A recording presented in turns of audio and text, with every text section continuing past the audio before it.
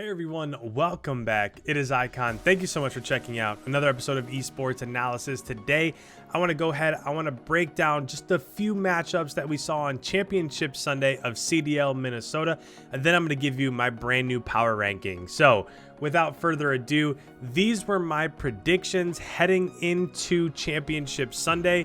We'll go ahead, we'll break it down by game, but I had Atlanta winning this, and I think everybody was shocked with the eventual result.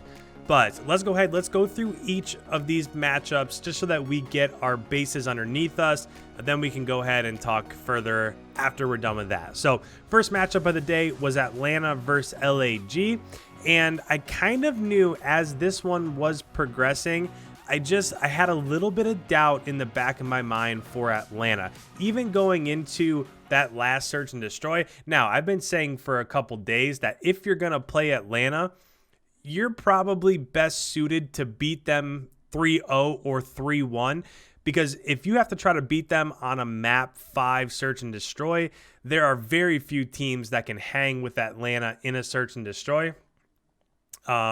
So that's just kind of what I was thinking. So going into that search and destroy, that map 5 against LAG, I just felt like they were going to be able to pull it out just because of how they've been playing all year.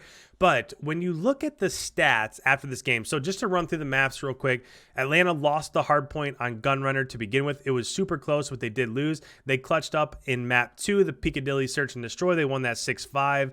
Then they lost the domination to go down 2-1. Then the Hackney hardpoint, LAG just didn't show up like they had previously, which is kind of weird because map 3 was Hackney Yard Dom, and then they turned around on Hackney Yard hardpoint and just got absolutely smoked. So I figured with a 100-point victory in that map 4, going into map 5, search and destroy, Atlanta's bread and butter, I just didn't see LAG having the steam to pull that out. But overall, I mean, what can we say about the performance that Blast had this weekend? In this matchup against Atlanta, he had a 1.23. Decimate had a really good series. And while Vivid didn't play all that well in this series, what Vivid did the entire weekend in Search and Destroy, the man was just on a mission. In fact, he had a 1.5 KD in Search and Destroy against Atlanta, which is really odd because he had a 0.8 overall. So hard point, he didn't play well at all. Dom, he didn't play well at all. And then search and destroy, the man just clicks it into a different level, a different gear when it comes time for search and destroy. But Atlanta, in the end, ended up winning that last Gunrunner search and destroy 6-4, and that was that. So the next semifinal after this, I think most people were probably fairly surprised with this one. I'd been saying all weekend that I know Atlanta had won tournaments. I know Chicago had won tournaments. But until somebody knocks off Dallas, I don't want to take Dallas out of that number 1 spot. That's just how I had been feeling. So going into this one, I just figured Dallas would win this, and it started off on a bad note, right? The Gunrunner hardpoint, Florida won that 250 to 170, and it looked like things were going to get away from them. And then Gunrunner search and destroy, Dallas, again, one of the best S&D teams that we have in the league, won that 6-1. It was super easy. After that, Dallas went up 2-1 in map count by winning that Gunrunner domination by 40. And at this point in time, you just figure, okay, all momentum is on Dallas's side. Their SMGs had been playing so well. Shotzi was, up until this matchup, was playing out of his mind. So we went to the Ramaza hardpoint, and they lost that by 53. It was 250 to 197. And you're thinking, okay, well, when it gets to search and destroy, anything can happen in search and destroy, right? So it goes to round 11, and finally Florida clutches up to win this semifinal to catapult themselves into the final. So I'm going to go ahead and I'm going to make this change on my bracket over here. We can take Dallas. We can put them back up top. We'll take Florida. We'll put them underneath, and that is our matchup going on from there. You know what else we can do? We can take Atlanta, and let's move these guys back to the side because they, well, we'll talk about that in a minute. But getting back to this Florida-Dallas matchup, the thing that stands out to me, and it has the entire weekend, is in this matchup against Dallas, Skies had a 1.4 KD. The man has been on a different level the entire weekend, whether it was Chicago or LAG or Dallas or whoever they played. Skies was that mainstay, right? You don't really know if you're going to get a 0.9 out of Frosty or a 1.1 out of Frosty. Same with Pharaoh. Awakening had been fairly good, had been playing really well all weekend, and that's a decent surprise. The man, and I saw this, I was on Twitter somewhere, but he went from getting like top 48 in a Challengers event to getting first in his first ever CDL tournament. I mean, that's mind-boggling in and of itself. So Skies was just on another level. The other thing that really stood out for me in this matchup is if you look at the overall KDs from Dallas, Clayster had a 0.8, Krim had a 0.9. Shotzi, who had like a 1.7 in one of their matchups, I don't know, I think it might have been against Seattle earlier in the weekend, but Shotzi had a 0.9. And that's the thing with Shotzi, is that sometimes you'll watch him play and you'll be like, wow, this guy is like simp level. He's like envoy level, right? He plays out of his mind. And then sometimes when it gets into those high pressure situations, he just doesn't play as well. So this is obviously just one matchup, but I'm looking forward to covering his development over the next couple of years and seeing how he progresses. But overall, in the end, Dallas was really close, but nobody really showed up and had that performance like Skies did, right? Nobody had that 1.4 overall KD in the matchup like Skies did for Dallas, like Skies did for Florida, but we're talking about Dallas. So with that, Florida pulled away 3-2, and then you just kind of figured that going into this final matchup here with Atlanta versus Florida, Florida came out, won the Gunrunner hardpoint by 100, and I mean, that really took me by surprise. Atlanta has shown that they can get beaten, but to really just come out of the gates and play like that was a huge confidence boost. Unfortunately, Arklov Search was after that, and Atlanta won 6-1. Atlanta, again, Search and Destroy. It's a different beast, right? When you're playing them in Search and Destroy. And like I had said all weekend, you better beat them in map 3 or map 4, because if you're going to go to a Search and Destroy in map 5, it's really tough to knock them off in that map 5. So the Petrograd domination, Florida won by 50, and then the Hackney hardpoint, they clutched up. They won 250 to 231 to take it home, and Florida was your CDL Minnesota champs against all odds. I didn't see one person who really picked them to win this weekend, just because the new roster, maybe they would take a little bit of time to settle in. It would take a couple tournaments since, the new players and whatnot. But the biggest surprise for me, guys, listen to some of these stats. So first, we're talking about Florida. Skies, again, had a 1.5 KD. The Skies was just unbelievable the entire week. Skies was on another level. He was definitely probably the best player of the entire tournament overall. After that, Awakening had a 1.14. First ever CDL, so first ever major event in the finals, he has a 1.14. Super impressive. Havoc only had like a 0.9, but Frosty and Pharaoh, those are the two wild cards for me, because sometimes you'll watch Florida and they'll have a 0.8. And in this, Pharaoh had a 1.3, Frosty had a 1.23, and they proved, especially in respawns, that they were just too much to handle for Atlanta. The other thing I want to point out for Atlanta, because this is something you never see, Major Maniac had a 1.04. Everybody else in this matchup was negative. Abizi underperformed the entire weekend. It was very seldom that he actually went positive for his overall KD in a matchup. So Abizi had a 0.86. Celium had a 0.89. Simp had a 0.92. And here's the kicker. Priesta had a 0.57 overall KD in a finals of a CDL major tournament.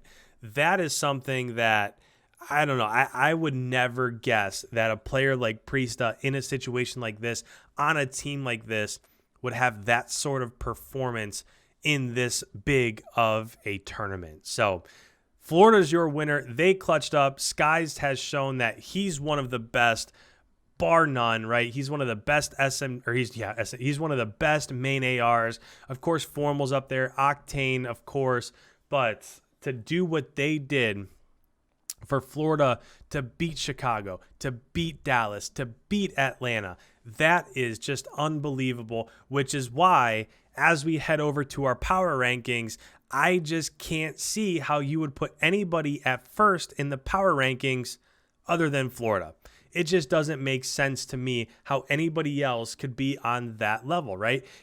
Most people would be saying, well, Atlanta's still up there, or Dallas is still up there, or Chicago's still up there, but why? I get that they're maybe a little bit lower in the overall rankings, but for me personally, a lot of times I want to see what have you done for me lately, and this tournament alone, they beat Chicago, then they beat Dallas, then they beat Atlanta. What more would you want them to do to prove that they deserve to be number one in the overall power ranking? So for me, this is where I have them. So I'm going to lead off here in the power rankings with Florida at number one. After that, I'm going to go to, and this is debatable, right? I think 2 and 3 can go either way. The only reason why I'm going to give a slight edge to Dallas is because of the simple fact that they played Florida tougher than Atlanta did. I really think that for the last month or so, Dallas and Atlanta have been going back to back, kind of, or back and forth, kind of the last. It's almost every event, right? Well, Atlanta won this one, so should they go to one? And then Dallas won this event, so should they go back up to one? So for 2 and 3, I really think that these are interchangeable with Dallas and Atlanta. But for me personally, I have Dallas at 2 currently. I just have a little bit more confidence in them. Even against Florida, they played a little bit better. But if you're going to like their last event, they beat FaZe, right? The last event that they were at, which was, I think it was CDL Chicago, in the finals, they matched up and it was a 3-1 victory over Atlanta. So, of course, Atlanta has done other things since then, but I just feel like they deserve to be here. Now, you might be thinking, well, in this event, Atlanta beat Dallas. I know these two teams are so close, and I feel like anytime they match up, it's going to be a coin flip. So right now I have Dallas at 2. I have Atlanta at 3. After that, most people would probably agree that I have Chicago still at 4. And this is one that's also a little bit debatable, right? Just because they've shown that, okay, we're going to go out, we're going to win an event, and then they come out and they show, well, we're not even going to make it to the semifinals. So, of course, just to review, they lost to LAG 3-2. Now, that ended up not being so bad of a loss after we saw what LAG did against Atlanta. But for me personally, when it comes to Chicago, I think the only thing that we're really missing is some consistency. Of course, they're making silly errors here and there.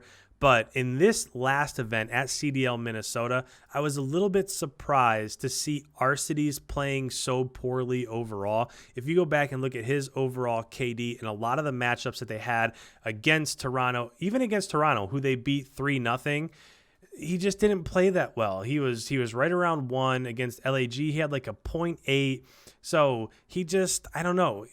If he plays well, they usually play really well, as they did in their last tournament victory. So right now I have, these are my top 4 teams. Florida at 1, Dallas and Atlanta. It's a coin flip either day for me. Then Chicago at 4. And after this, it gets a little bit iffy for me personally, because I feel like we're at that point where I remember if you went back 3 months ago, I would say, well, there's like a top tier of teams, there's a bottom tier of teams, and there are some teams like jostling in the middle. And since then, it has changed a little bit, because you're seeing flashes of light from New York and from LAG and from Toronto, and even Seattle had their moments at CDL Minnesota. So the team that I have after this, just because of where they're at in the standings and the consistency that they've shown as of late, is London. I'm really impressed with London. I can't wait to see them play in another event. But just to kind of recap where they came from, they beat LAG in their last event, CDL Seattle, 3-2 on Friday. After that, they came out. Everybody was high on New York. They beat New York 3-0. After that, everybody was high on OGLA, right? Going into the semifinal on Sunday. OGLA was just in a final against Atlanta. They beat a lot of top teams to get to that final. London beat them 3-2. Then we all know what happened in that final matchup against Chicago. Chicago beat them 3-1. But in terms of what have you done for me lately, I don't know if there's a team that has been as impressive as London has been. So I have them at number 5. As we move on to number 6, I have Minnesota there. And you might be thinking, well, if you're talking about like what has Minnesota done for us lately, it might not be a lot, right? But we all know what's going on with the injury status for Minnesota. And Saint is on record the last couple days saying that the couple weeks leading up to this event was some of the best scrims, some of the best practice that they have ever had the entire year. They were sure that this was the tournament that they were going to get it done. Then an injury comes about. They have to sub in Exceed, and we kind of all know how it goes from there. So I feel bad for Minnesota because they are dealing with injuries at the moment. But if you're looking at like the standings, so Atlanta's in first, Chicago's in second, Dallas is in third, Florida's in fourth. And then with a 40-point lead over the next team, Minnesota's in fifth. So I know that as of late, they haven't been playing super well, and there are obvious reasons for that. But I just feel like these 6 teams, even if you're just looking at like standings, are above the ones that come after it. So I'm comfortable with putting Minnesota there. I don't have as much confidence as them as I had, even if you go back like 6 weeks or so, where they were kind of the model of consistency in our league. But we'll see where we go from there. As we move on to the right side, we go over to number 7. I have New York. So this was tough for me because I feel like there are a lot of teams that have shown flashes, right? New York and OGLA and the way that Los Angeles played. Like there are so many teams that are jostling for this 7th position, right? We just talked about how Minnesota is 40 CDL points above the 7th team. So after 6, there are a lot of teams that are right in here. So I put New York in here just because what they've really shown in their last couple events. So just to kind of recap, they did beat Seattle 3-1 at CDL Seattle. Then they ended up losing to London. We just talked about that as we recapped London's recent times. And then they beat LAG going into, that was the last match on Saturday. They beat them 3-1 to get into a semifinal. And then, of course, they got blanked by the Chicago Huntsmen. So if you're looking at like where people have placed recently, I think New York is a team that has recently shown, okay, we can get to a semifinal. The other team that has shown a lot of progress as of late would be, you're probably thinking, well, if New York is going to be in 7th, another team that could be there would be Optic Gaming. I think OGLA, this is a tough one for me also because they show glimmer of, wow, OGLA just went through this. They're facing Atlanta in a final. Is this the time where they win an event? And of course, we know how that ended up. And then they came out and they didn't play so well after that. So this is a tough one for me because I'm just always going back with OGLA. They're just a team that I don't feel like I can really put all of my trust in. And you might be saying, well, as of late, they've had a little bit even better showings than New York. If we're going back to that same event, that Seattle series, which is the last one that they played at, they lost 3-2 to Minnesota. Then they came back and they beat Paris 3-1 in the losers bracket. After that, they beat Minnesota 3-0. Then they had a really impressive showing against London, but I just feel like I have more confidence in the consistency from New York, which again might be weird to say because New York hasn't really proven much over the last month or so. But if you're looking at standing CDL points, OGLA has 70, New York has 60. I mean, we're talking one match here or there. These guys can be interchanged. So after that, this is a team that's making the biggest step up in my rankings based on how they played at this most recent event. If you haven't guessed it already, we're talking about the Los Angeles Guerrillas. I mean, what more can you say? It seems like for the entire year, people have been saying, well, Seattle can't beat anybody except for LAG, right? It's like they were always the doormat of the Call of Duty League. And then they came out and they beat Toronto, which surprised me because Toronto was just coming off a really positive, a really great event for them. Then they came out and they had a bad matchup against Florida. They lost 3-1 on Saturday to put them in the losers bracket. And then that's where the run began for them. We all know they beat Chicago 3-2, which kind of blew everybody away. Then they had Atlanta on the ropes. They didn't close them out. But what other teams would really play Atlanta the same way that LAG would, right? If you're thinking about it, would you have that much confidence in Seattle against Atlanta right now, even though they just kind of matched up and it was a little bit close? But what about Paris? Do you have a lot of confidence in Paris against Atlanta? I just feel like, again, it's kind of a what have you done for me lately? And I think that they've proved that they're capable of a little bit more than other teams are. Perhaps you might say, well, maybe they could be interchanged with my 10th team, which is Toronto. Toronto had a terrible event. They went 0-2 at Minnesota, didn't play very well at all, but we were just talking about how they played at the event before that, which is the one that was Florida. At Florida, they beat New York 3-1. They beat Minnesota 3-1. They barely, on that semifinal against OGLA, they barely lost 3-2. So even Toronto recently has shown that they're capable of getting into that kind of championship Sunday mix, getting into a semifinal. But I don't know. It's just, again, 9 and 10 can probably be flip-flopped. 7 and 8 can probably go back and forth. But I'm confident overall in where they're at, those 4 teams, 7 through 10. Wherever you want to place them from there is entirely up to you. This is just where I'm leaning in terms of the confidence that I have in these teams as of late, which leads us to 11th and 12th. So this is another one that maybe it could go back and forth. Most people might put Paris here, but I'm going to go ahead. I'm going to put Seattle at 11th. I'm going to put Paris at 12th.